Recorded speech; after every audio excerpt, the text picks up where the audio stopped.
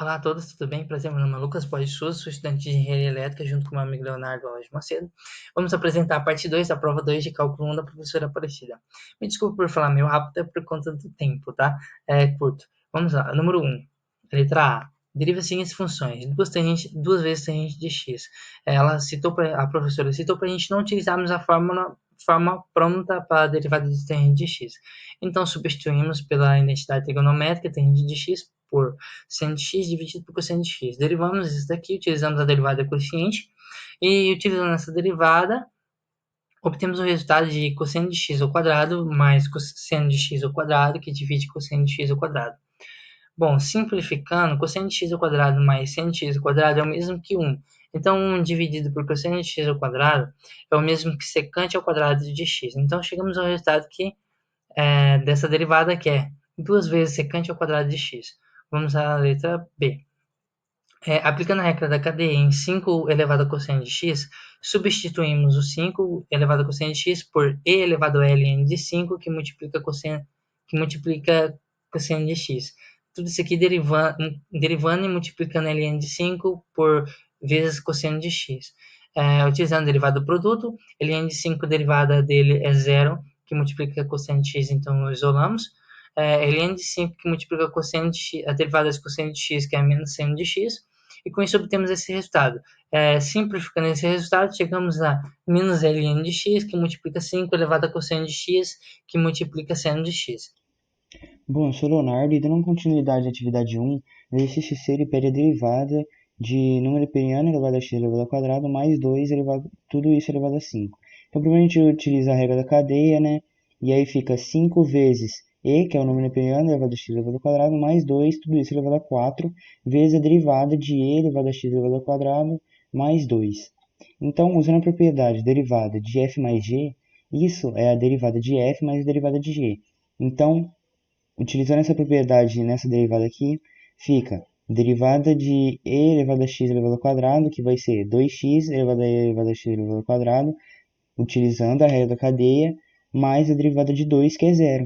Então, a derivada de f de x fica 10x e elevado a x elevado ao quadrado vezes e elevado a x elevado ao quadrado mais 2, tudo isso elevado a 4. Dando continuidade no exercício D, ele pede a derivada de raiz de 3x menos 2. Então, primeiro a gente troca a raiz por potência, né? Fica 3x elevado a meio menos 2. Utilizando a propriedade derivada de f menos g, isso é a derivada de f menos a derivada de g. Porém, a derivada de 2 é zero, né? Então, vai ficar a derivada de 3x elevado a meio menos zero.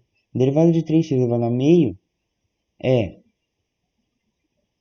é 1 sobre 2 raiz de 3 vezes 3, que veio do 3x, né? A derivada de 3x é 3. Então, a derivada de f de x vai ficar 3 sobre 2 raiz de 3x. Dando continuidade, no exercício ele pede a derivada de ln de x no imperiano elevado a x. Então, utilizando a regra que novamente fica 1 sobre x e elevado a x vezes derivada de x elevado a e elevado a x.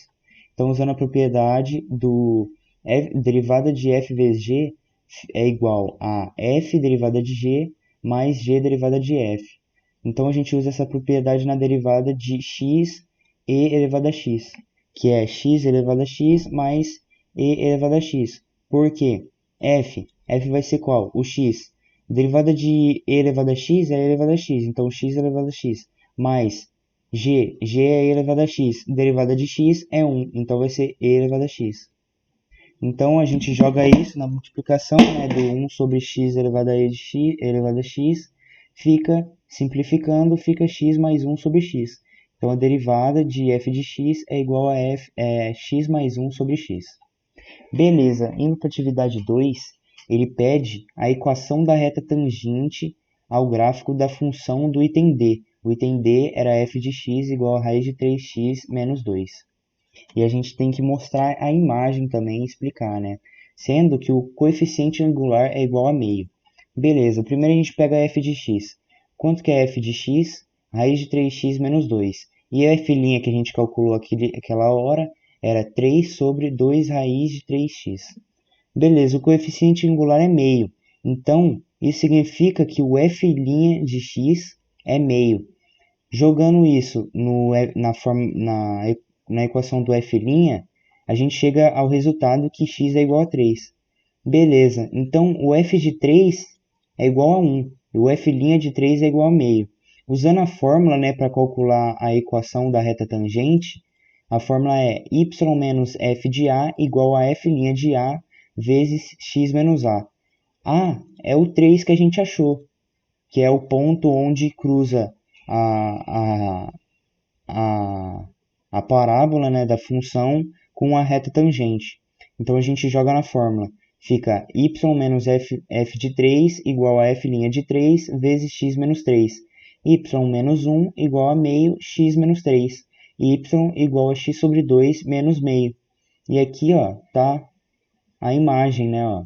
Eu joguei no GeoGebra a reta tangente, que é x sobre 2 menos meio, e a reta do f de x, que é raiz de 3x menos 2. É isso, gente. Muito obrigado. Agora vamos à alternativa 3. Ela citou para escolhermos uma alternativa, de cara eu escolhi a alternativa A, e com isso ela citou para a gente esboçarmos o gráfico seguindo o roteiro proposto na disciplina. Bom, vamos lá. A função de x dividido por x ao quadrado menos 9, seguindo o roteiro, seguindo esse roteiro de 8 etapas, a primeira etapa identificamos o domínio. O domínio dessa função são os números reais, menos o 3 e o menos 3. Que o 3 e o menos 3 faz com que essa função não exista. Então, segundo, descobrimos onde esse intervalo de crescimento e onde é o decrescimento e onde são os pontos máximos e mínimos. E calculando a primeira derivada dessa função, obtemos esse resultado, e com isso vemos que não tem ponto máximo e nem ponto mínimo nessa função.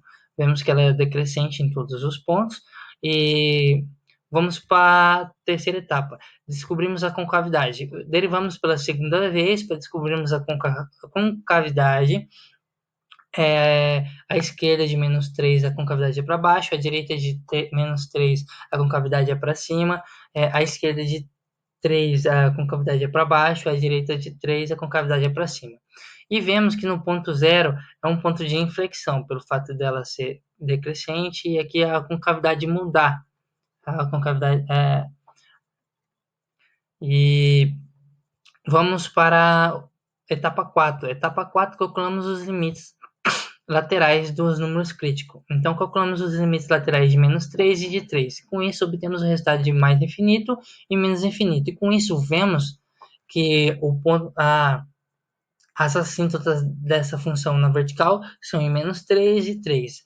E calculando o limite de x no infinito, vemos que o resultado são zero. Então, as assíntotas horizontal é no zero.